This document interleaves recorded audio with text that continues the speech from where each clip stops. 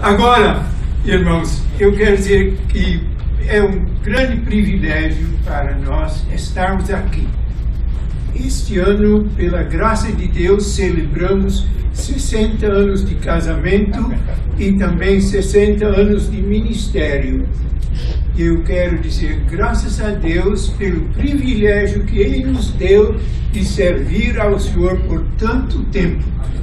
E quando nós pensamos nos anos do ministério, queremos agradecer especialmente pelos anos aqui no Brasil. Foi um grande privilégio para nós e o Brasil se virou como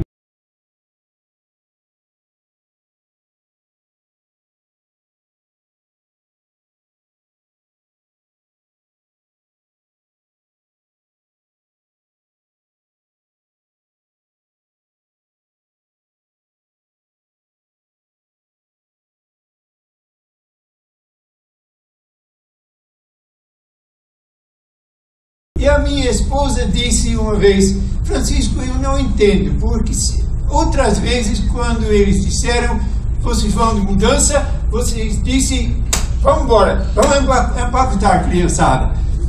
E agora, eu disse, eu não sei. E ela disse, creio que devíamos orar por isto. E oramos, e depois de orar, ela perguntou, Francisco, é por causa das meninas? E ela tinha razão. Eu não quis, porque pensei para a nossa família, porque sempre pensamos em aguardar o dia da ressurreição aqui no Brasil, e pensamos então para as nossas filhas, é que o pai se preocupa mais com as filhas, talvez, né? Fica mais fácil de encontrar o seu marido lá no sul. Já tive muitos amigos lá na colônia holandesa, e ir lá no outro Brasil, os dois Brasis, não é? Então, Deus disse, quem é o homem que teme ao Senhor, Salmo 25, 12, Ele o guiará, me mostrará o caminho que deve seguir. Era como se eu estava dizendo, Senhor, desculpa, eu sei, mas agora é diferente. Daí era como Deus disse, Francisco, não somente versículo 12, mas também versículo 13.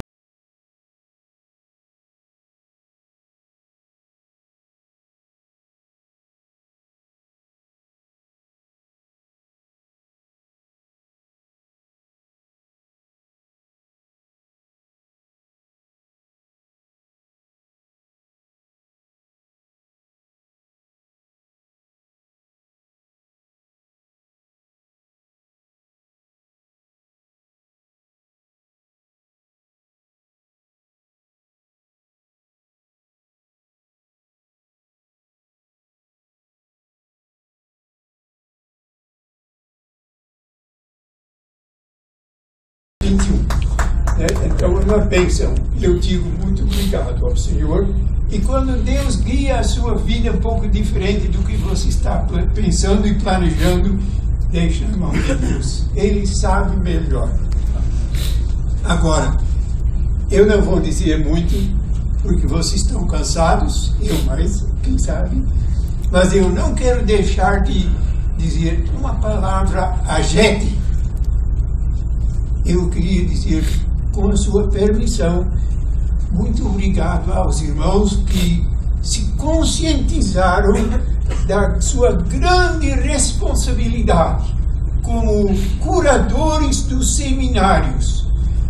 Porque eu sou da Europa, eu sei que curadores, quer dizer, era o nome oficial que eles deram a gente lá, né? Curadores, então, queriam ser mais espertos do que Deus, então nomearam professores assim, que acharam 1 Coríntios 4:6 ultrapassado. E lá diz, não ultrapasseis o que está escrito. Amém. Irmãos, a consequência é que eles mataram os curadores nomeados pela igreja, mataram as igrejas a longo prazo, porque criaram professores que mataram a igreja, porque o nosso ensino com o professor vai ao púlpito, irmãos. E por causa disto, a nossa grande responsabilidade. Eu me lembro um dia, um dos seminaristas lá no SPN disse: Pastor Francisco, por que o senhor é tão severo ou sério conosco? Eu disse: talvez por amar tanto a igreja de Deus, porque vocês vão servir a igreja de Deus. Se vocês não forem fiéis à palavra de Deus, é melhor desistir. Outros deviam desistir também, viu? Não por não serem fiéis, mas não serem chamados para o seminário. E uma das tarefas dos professores é ajudar os seus alunos para saírem do seminário. Não como quarto-anista, mas primeiro ano, segundo ano melhor. Aí ele tinha 2 anos e vai embora, querido irmão. Vai plantar batata?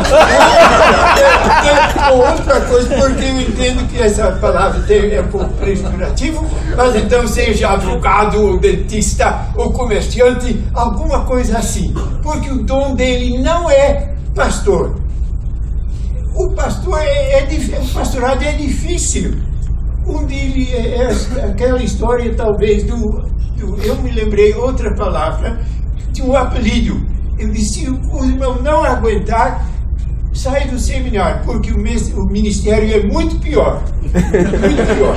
Se você não aguentar, por amor de Deus, desista antes. É melhor para você, para a sua família, para a igreja. Vai embora. Senão, a igreja tem de fora do seminário, fora da igreja, fora do pastorado. É uma tristeza. É melhor desistir agora, querido irmão.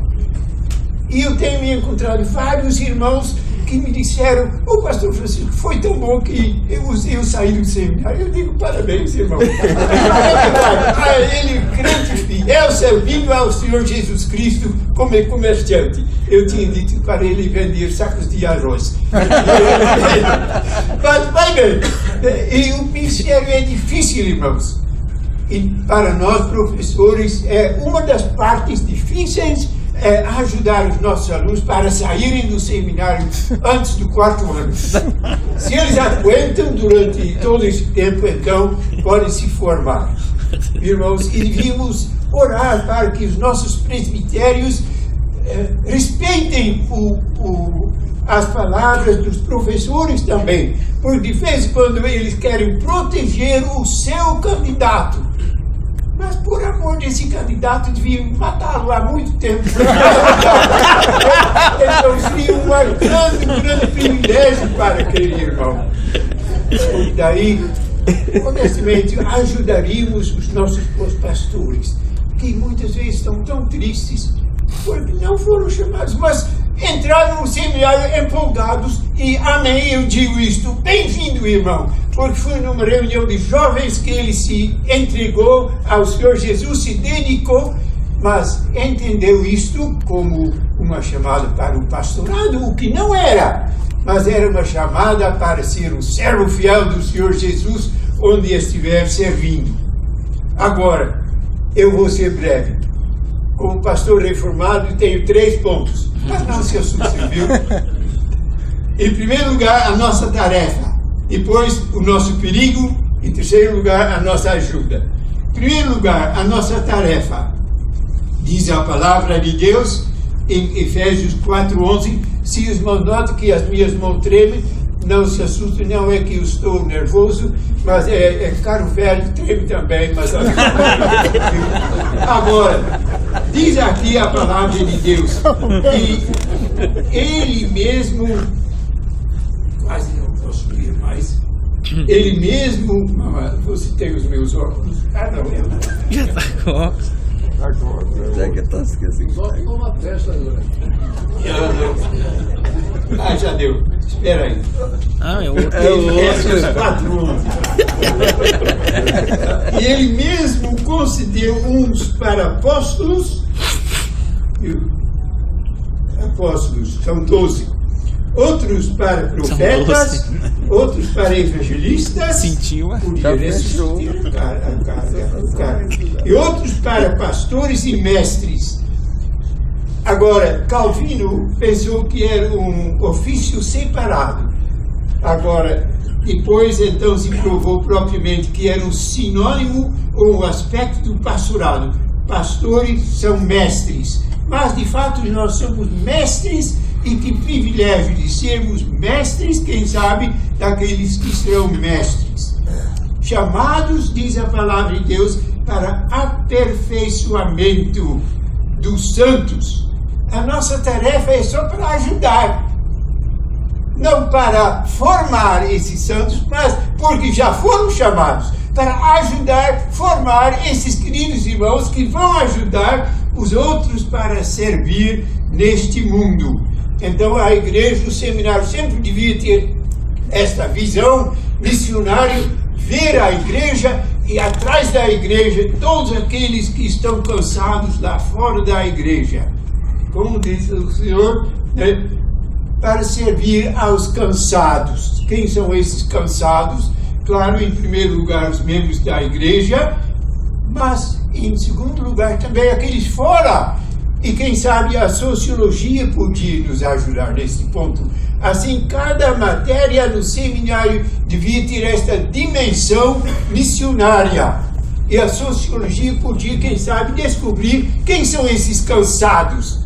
E quem sabe, tem muito mais, porque qual é a igreja que cresce mais?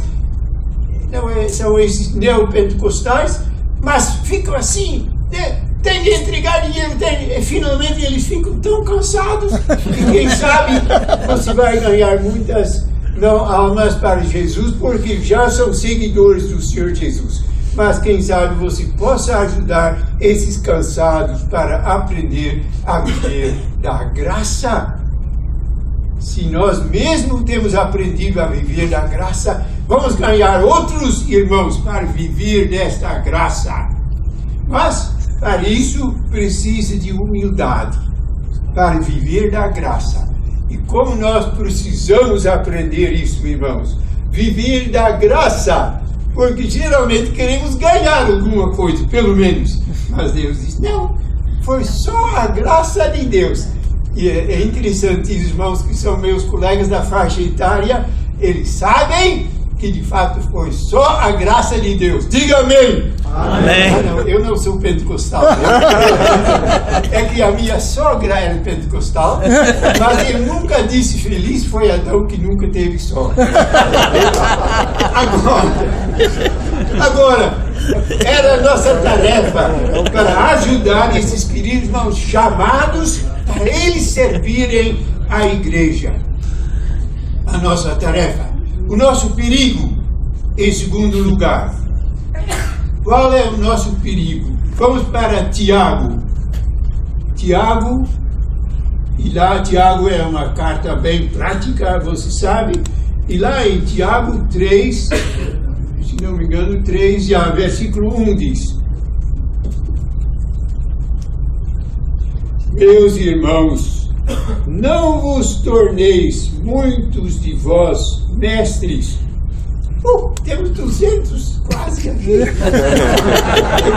Quem quer ir embora? É uma admoestação apostólica. Você queria ser mestre? Não, senhor, tu sabes, eu não queria ser mestre e eles me forçaram quase a mudar para Recife. Mas é melhor. Por outro lado, é uma alegria de ser mestre, mas cuidado. Sabe por quê?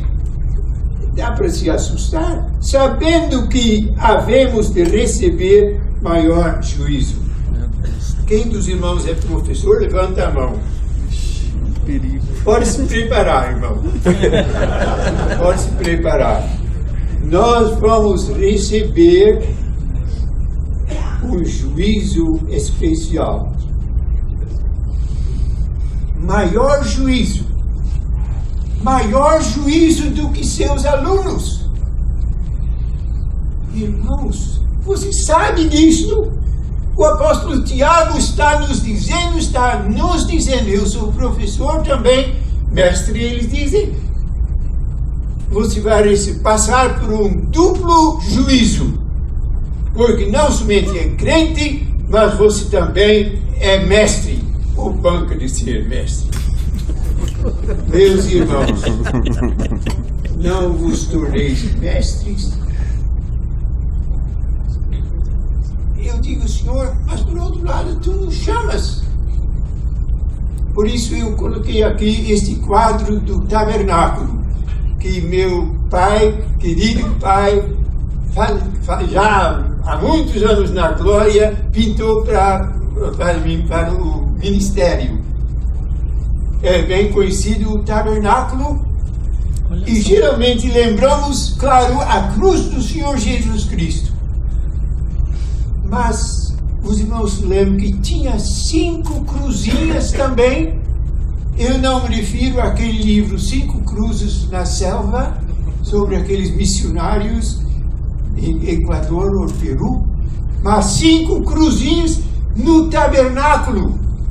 Às vezes, viajando numa estrada do interior, a gente vê uma cruzinha e sabe, aí morreu alguém. Você devia pintar o tabernáculo com 5 cruzinhas. Eu não, por causa do tempo, eu não vou entrar em todas essas histórias. Mas vocês se lembram? Era o Coré, era o Eli, eram os filhos de Eli, eram os filhos de Arão, eram o filho de Abinadab, 5 cruzinhos no tabernáculo. E diz aqui, meus irmãos, não vos torneis mestres de vós, mestres, sabendo que havemos de receber maior juízo. E você está vendo aqui o que vai acontecer. Coré, você sabe, né? Enterrado. Alguém já disse que foi para o inferno. Bobagem! Isso não é assunto nosso. Você não sabe. Mas o que ocorreu? O seu ministério foi encerrado. Para o seu próprio bem, para o bem da igreja do Velho Testamento e para a glória de Deus. Porque o nome de Deus foi blasfemado por causa do comportamento desses irmãos, que eram sacerdotes, mestres que deviam ensinar. Eu digo, Senhor, desculpe de alguma coisa. Deus disse, é melhor você verificar mesmo o teu ministério. Porque facilmente nós, como professores, caímos em erros doutrinários, quem sabe, infectados por um vírus pulmoniano, alguma coisa assim que pegou lá fora. Até aqui tem livros aqui no Brasil. Trazem o vírus para cá. Não, irmãos. Um vírus pulmoniano, ou quem tem um pouquinho mais, que diz eu sou mais filosófico, então ele tem um vírus derliniano, alguma coisa assim. É qualquer vírus que você pegou. Cuidado, irmãos mestres, é fácil pegar um vírus e você vai contaminar os seus estudantes. E sabe de uma coisa? Frequentemente dá para mostrar na história da igreja que professores que têm tendência liberal têm frequentemente alunos que são piores do que ele. Porque o aluno é pior do que o mestre. Porque cada um faz um passo. Então não se gabe de ser um filósofo ou alguma coisa assim. Seja fiel à palavra de Deus. Amém. Agora, um problema é doutrinário. Outro problema pode ser um problema moral. Talvez você é colega no coração de Diótrefes. Você nem se lembra do nome dele, vai verificar a concordância. Porque ele queria ter a primazia. Quando você quer ter a primazia, cuidado. E eu digo com todo amor, a nossa igreja presbiteriana sofre por causa da politicagem. E nós devíamos combater esta politicagem, porque frequentemente por causa de querer a primazia. Sabe como é que devíamos fazer uma eleição? Então vamos fazer a eleição para presbítero. Em primeiro lugar, vou fazer uma pergunta. Quem dos irmãos ficará chateado se não for eleito? Então o irmão que estava quase dormindo, então disse, nem devíamos chamá-lo. Oh, desculpe, irmão, porque eu sei que foi meu engano, viu? Irmãos, devíamos perguntar, você não ficará chateado? Às vezes tem campanha inteira. Irmãos, vamos evitar a politicagem, porque é propriamente poder. E nós temos que, para o nosso bem no bem da igreja, ter muito cuidado, irmãos, muito cuidado com o poder, porque poder sempre corrompe. E você pode saber, eu mesmo também, como reitor, quando eles me nomearam reitor, eu disse, ai meu Deus, que triste. Eu coloquei um papelzinho, me lembrando das palavras de Churchill, power corrupts, poder corrompe. E é fácil, irmãos, de fato. Agora, poder, querer ser o maior, glória, ou talvez você detesta a teologia da prosperidade, só gosta assim do resultado. Cuidado, irmãos, pelo amor pelo dinheiro. Realmente eu sei que pastores às vezes não conseguem manter a sua família. E por isso eu respeito esses queridos irmãos que têm de arrumar outro ministério, outro serviço.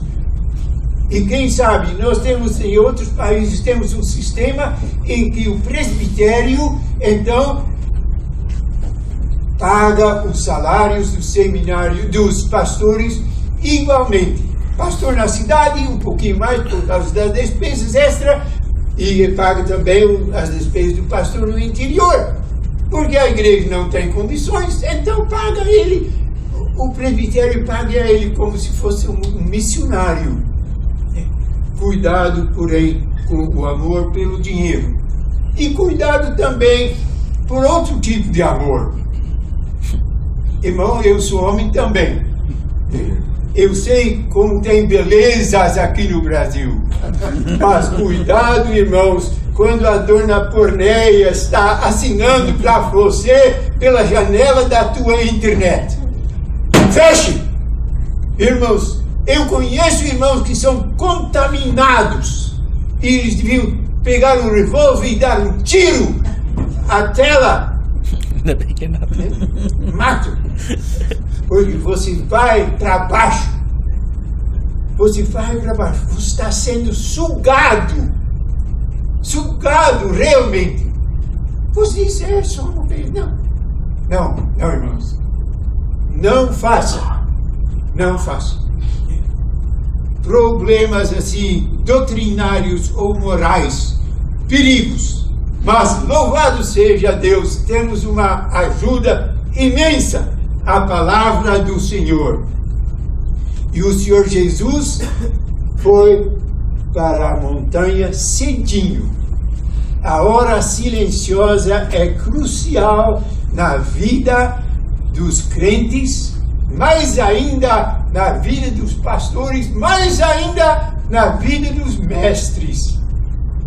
Eles precisam da hora silenciosa. O que é que o teu despertador diz? Saia! Ou então coloca 15 minutos mais cedo. Daí ele fala diferente. Sabe? Daí ele diz, o mestre chegou e te chama. É uma bênção. Você tem de educar o teu despertador para ele falar direitinho, não ficar gritando. E daí você leia a palavra de Deus, ora e vai ser uma bênção. Diga então, fala Senhor, porque o teu servo ouve. Agora a palavra de Deus está tão cheia e tão rica que às vezes a gente precisa de uns versículos, como aqueles irmãos que têm problemas com doutrina ou com pornografia, eles deviam orar a Deus para que Deus lhe dê um versículo especial na tua vida. Porque, sabe, esses versículos são como pregos na parede. Você fica pendurado talvez num preguinho, viu? Senão cai, e cai mesmo. Mas graças a Deus tem um preguinho. E você fica seguro. Você nem precisa dizer aos outros porque é uma vergonha, né? Mas é melhor ficar pendurado assim do que cair. Por isso, quando tinha o privilégio de ser reitor do seminário, tínhamos o costume de memorizar versículos Obadias. E cada estudante tinha de memorizar 12 versículos Obadias. Tinha uns irmãos espertos que começaram a memorizar o livro de Obadias. Mas não era isso, né? Porque são 12 versículos para Obadias, para o servo do Senhor. 12 versículos para o ministério, chamado, fidelidade, etc, etc, etc. Agora, são importantes. E cada semestre eles tinham de memorizar os mesmos versículos. E eles tinham de dizer aos seus representantes de classe, e oficialmente nem podiam fazer testes sem ter entregue os seus versículos Obadias. Um dia me encontrei com um pastor que disse: Pastor Francisco, eu não aprendi muito, viu, no seminário. E é muitos anos atrás, nem me lembro quem foi. Eu disse: foi uma pena. Mas ele disse: eu só me lembro daqueles versículos bíblicos, versículos Obadias chatos. Eu digo amém. Foi exatamente o alvo para que você se lembrasse desses versículos. Eu quero confessar quais são os meus versículos bíblicos, os meus versículos Obadias. O meu versículo Obadias pessoal eu tenho aqui na minha Bíblia, é Gálatas 2:20, e os irmãos se lembram o que é Gálatas 2:20, onde diz: não sou eu, mas sim Cristo. Eu não sei onde é que foi o meu cartão. Aqui está. Eu vou lhe dizer por quê. Porque eu vou falar bem baixinho, porque uns irmãos estão cochilando um pouquinho. Então, era assim, eu me acostumei com isso, sabe, irmãos? Porque na Holanda eu tinha de pregar 2 vezes por domingo. E o segundo service, culto era às 2 horas da tarde, depois do almoço. E era uma região rural, e esses irmãos tinham de tirar leite das suas vacas. Então, um desses presbíteros com esse costume típico, com botões de prata na sua barriga. Então, um homem alto, 1,70, 1,80, 1,90. Então, na hora de cantar, cantava com júbilo. E na hora de eu começar, eu disse: sim. Eu nunca sabia se eu tinha de falar alto para ele entender o que eu estava dizendo. Eu vou falar baixinho para que tivesse um bom sono dentro do seu pai, né? Então, mas eu vou lhe dizer porque esse versículo é meu versículo bíblico, Obadias, pessoal. Eu era estudante e alguém me ofendeu. Foi até o secretário da missão. E eu fiquei tão bravo porque eu tinha orado. Eles me disseram, quando me apresentei à missão: irmão Francisco, quando é que você vai se casar? Eu disse: eu nem tenho namorada. Eles disseram: é melhor você tratar disso cedo, porque nós não vamos mandar homens solteiros para o campo. Eu pensei: ué, como é que eu vou fazer? Chegando em casa, mamãe viu a minha aflição. Ela disse: o que é, Francisco? Eu disse: mamãe, eu quero me casar, mas não sei com quem. Então, ela disse: Francisco, sabe o que faz? Você vai à reunião dos moços lá na sua igreja e quem sabe? Eu fui lá e lá tinha uma moça cantando ao lado do órgão. Eu disse: ela. E lá está ela.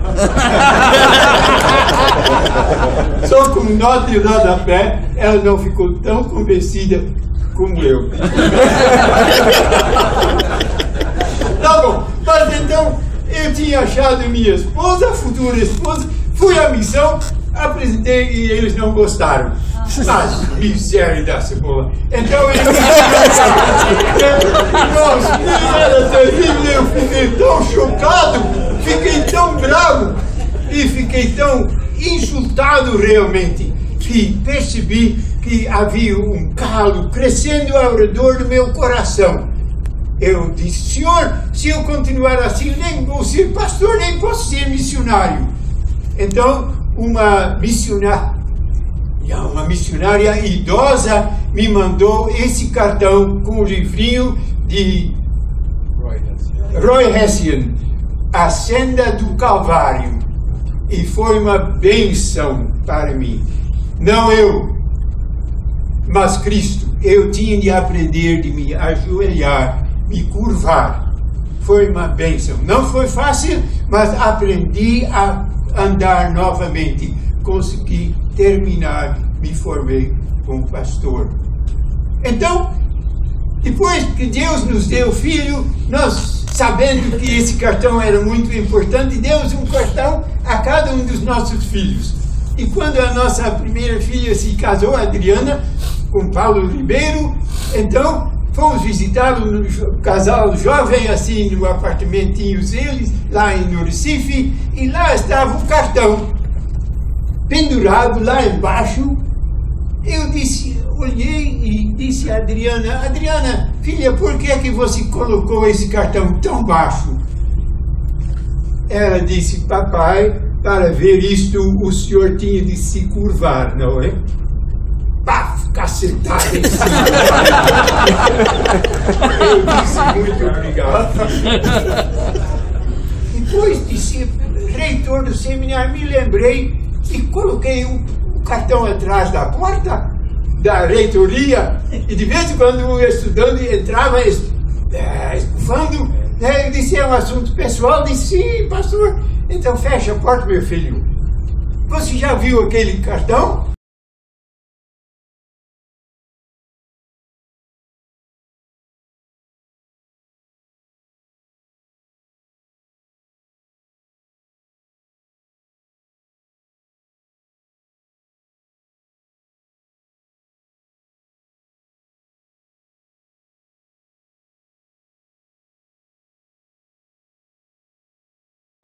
Onde disse: não sejam envergonhados por minha causa, ó Senhor Deus dos exércitos.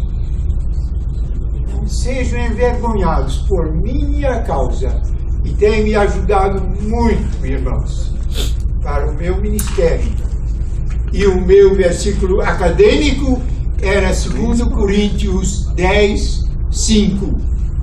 2 Coríntios 10, 5, onde diz: anulando sofismas e toda altivez que se levanta contra o conhecimento de Deus.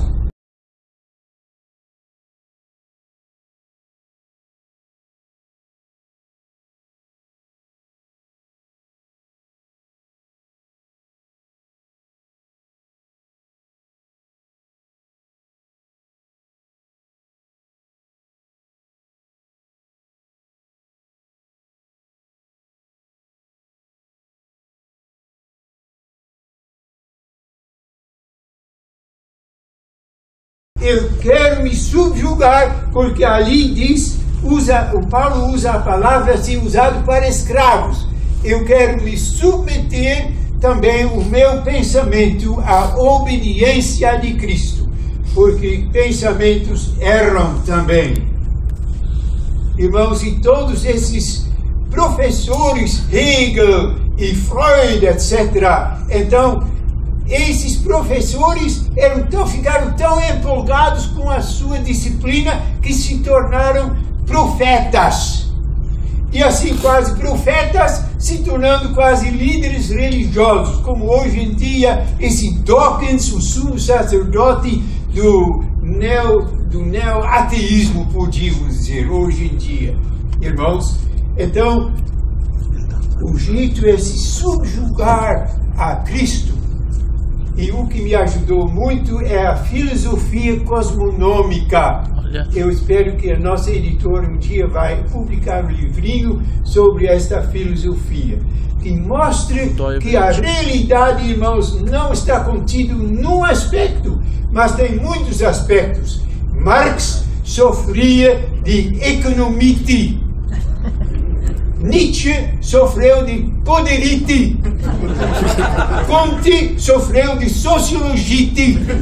E assim para frente, cada um sofrendo. Sabe o que acontece quando então estamos reduzindo a realidade a um aspecto da realidade? Chegamos a essas besteiras que se dizem científicas. E daqui a 50 anos já é diferente.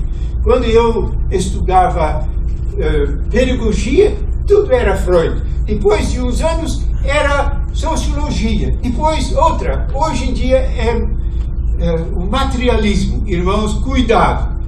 Se firme na palavra de Deus. E quando você tem dúvida, conte, irmãos. Alguém perguntou, pastor Francisco, o senhor já tem dúvida? Às vezes eu digo, meu filho, cheio de dúvidas. E eu sou o colega de Tomé. Se eu não ver, não vou acreditar. Então, por isso, eu me sinto lá atrás. Foi um engano. Mas Deus diz, bem-aventurados que não creram. Não viram, mas creram. Que não viram, mas creram. O Senhor Jesus concedeu aquele pedido extraordinário a Tomé. Mas não devíamos fazer como Tomé, porque nós não vamos vê-lo. Hoje em dia temos de ouvir a testemunho dos apóstolos. Está escrito. E alguém diz, mas tem tantos erros. Tantos erros, irmãos. Tem tantos documentos do Novo Testamento. Se tratássemos a história geral como eles tratam o Novo Testamento, não acabaria muito. Tácito e Suetônio divergem com seus relatos sobre Nero. Mas ninguém duvida que Nero existiu. E ninguém está duvidando que Herodes tinha razão quando ele disse todo o exército foi exterminado. O resto se fugiu para as montanhas, etc. Tem tantas coisas na história geral. Irmãos, fiquemos perto da palavra do Senhor e você será feliz. Irmãos, não é que eu não tenho dúvida, mas eu tenho, quando eles me acossam, me abordem, eu digo, desculpe, irmãos, eu fico ao lado do Senhor Jesus e dos apóstolos, que disseram, está escrito. E aos irmãos queridos professores, colegas, sejamos fiéis à palavra do Senhor. Não é que eu não tenho perguntas ainda. Eu tenho uma listinha de perguntas no meu bolso. E quando eu chegar lá, mas problema técnico, aquela listinha vai ficar para trás. Então, calma, irmãos. Tendo perguntas, não entendendo, faz como Lutero fez. Ele diz, quando tem um versículo difícil, tira o chapéu, passa respeitosamente e Deus vai lhe mostrar depois. Quem sabe, só depois, quando você entrar nos tabernáculos eternos. Andemos com Deus, queridos irmãos, e eu dizer, até logo, ou lá em cima, e o mesmo Deus da paz vos santifique em tudo, e o vosso espírito, alma e corpo sejam conservados, íntegros e irrepreensíveis na vinda do nosso Senhor Jesus Cristo. Fiel é o que vos chama, a qual também o fará. E todo mundo disse amém. Amém. Amém, irmãos.